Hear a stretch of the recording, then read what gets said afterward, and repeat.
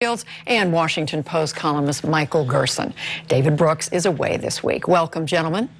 So picking up, Mark, on what we just heard Lynn Sweet telling Margaret about what the president was saying today, going to Chicago, his hometown. How effective is it for him to be going before big audiences on this very political question of gun control? I think that it was certainly the highlight emotionally of the State of the Union speech. I think it connected not simply people in that room, but beyond that room, and I think it can only be helpful to the effort. Does it seem, Michael, that his chances are improving because of every time he goes out and makes a speech like this? Well, I think he has one advantage on this issue, which is what he's proposing, a vote on these three measures, is quite reasonable.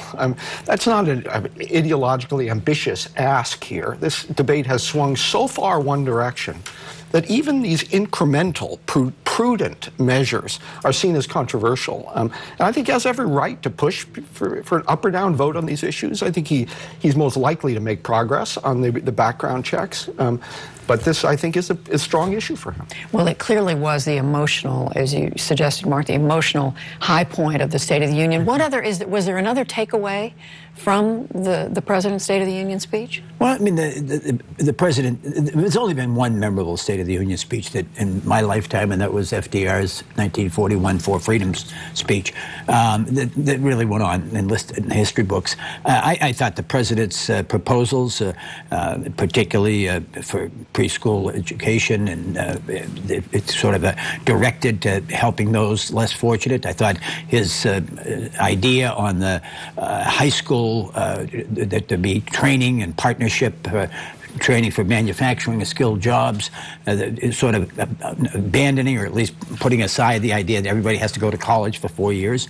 I thought that was realistic. I thought it showed forward-looking, but there wasn't an overarching theme or galvanizing element to it. If there was, I missed it anyway. Did you agree? Nothing overarching. What did you take away from it? No, I agree with that. The shelf life of these speeches of State of the Union is pretty short. They're written for the moment. They don't last too much beyond it. I think the tone of this speech was significantly different from the inaugural address, which was much more aggressive in ideological tone. There were far fewer straw men in this speech. I think that he made genuine outreach on an issue like immigration. You know, instead of using that as a wedge issue and trying to gain political gain from it, he essentially gave Marco Rubio's talking points in the speech. He gave Republicans a lot of cover. He was very strong on enforcement. So this tone was significantly different than the inaugural. So speaking of Marco Rubio, he came after. In fact, there were two Republican responses. It was Senator Rubio and then Rand Paul gave the Tea Party response. Did the Republican? I mean, you know, often the response, the Republican or the other party response, doesn't get a lot of attention. Was this one different? Did it have an impact? Well, there was more curiosity because of Marco Rubio, and I think the speech could be boiled down to, I am not Mitt Romney. I was not born to privilege. I was not born to power. I was not born to affluence or influence. I come from very humble origins, and this is who I am, and these are my values. I didn't think it was I think he's a very strong speaker and probably a very good messenger. I thought it was a very pedestrian message. Remembered for that leaning over to get a drink. Well, to me, that was the way he recouped that's how the speech will be remembered, is the darting for the Poland Spring. And the fact that he could laugh at himself the next day by showing up with a Poland Spring reminded me of Bill Clinton bailing himself out after the disastrous 1988 nominating speech of Michael Dukakis, which went on endlessly.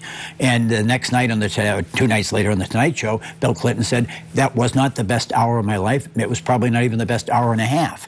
And the fact that he could laugh at himself, I think Rubio may have bailed himself out. Political careers are often shaped by these responses, aren't they? No, I agree with that. And he did recover well. You know, I don't think his career is ended by an epic episode of dry mouth. And Mark often has that effect on me, actually. but I would say that I agree with Mark that he reframed the Republican story in this speech, given his own biography. He didn't really reframe the Republican philosophy. It was very much small government versus big government. It's what we've heard for a long time. I think Republicans are going to have more than a bootstraps message. They're going to have to define a limited but active role of government to help people gain the skills they need to compete in a modern economy. He needs to, in order to reformat the Republican message, have that type of message, but he's got time. The good thing is he has time. Well, what do we read from the fact, though, Michael and Mark, that there were, as we said, not one, but two Republican responses? The other one was Rand Paul, Tea Party. I mean, obviously this is just the tip of the iceberg, but what does it say about the Republican Party right now? Well, I think the Republican Party is going through a very difficult period, and I just give you sort of a quick history lesson. Joe Lieberman was a Democratic senator, was the nominee for vice president in 2000. In 2007, he committed a great apostate act. He endorsed John McCain for president of the Republican. He went to the Republican convention where he censured the Democratic nominee Barack Obama and endorsed McCain and Sarah Palin. And when Joe and campaigned all 2008 with McCain, comes back to the Senate, and the Senate Democrats make him the chairman of a standing committee. All right. Contrast that with Chuck Hagel. 84% American for Conservative Action voting record throughout his entire career. Voted for the Bush tax cuts, voted for the war in Iraq, voted against No Child Left Behind, but was a small government conservative. And the Republicans right now, particularly the Tea Party, are not looking for converts like the Democrats were with Joe Lieberman. They're looking for heretics. And they see in Chuck Hagel, who never endorsed Barack Obama, was friendly with him, traveled with him, but didn't endorse him. They see this terrible heretic, and it's really, I think that's where the Republicans are right now. They're looking for heretics instead of converts, and I think it's apparent in the Tea Party, but I think it's apparent in the ranks of the party, the entire ranks of the party. Well, you've effectively turned the corner to the next thing I wanted to ask you both about, and that is the Hagel confirmation. The Republicans, I gather, we're told it's unprecedented, blocking the nomination or the confirmation so far of the man President Obama wants to be his defense secretary. Well, it's not quite unprecedented for a cabinet secretary. It is for a defense secretary, and that's certainly the case. Senator Reid was involved in the most recent episode of blocking a cabinet secretary with 60 votes, which was Dirk Kempthorne in 2006.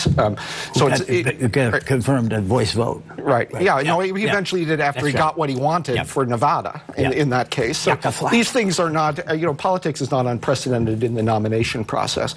Chuck Hagel's problem here is, first of all, that he has some problematic views from a Republican perspective on Iran, Israel, and what he calls the Jewish lobby. He also did not do well in his own confirmation hearing, looked dazed and confused in his own, and made some serious gaffes. All that said, this has just been a delay in the vote. John McCain and others have promised to support an up or down vote on Hagel.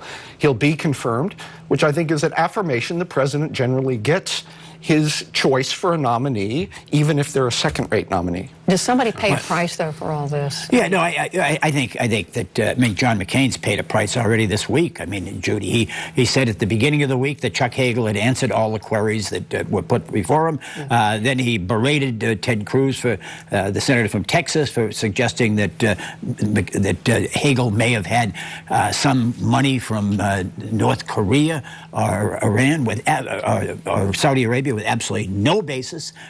In fact, I mean, now the charge, and Republicans have been talking about this and answering questions about it, that the Friends of Hamas have endorsed Chuck Hagel.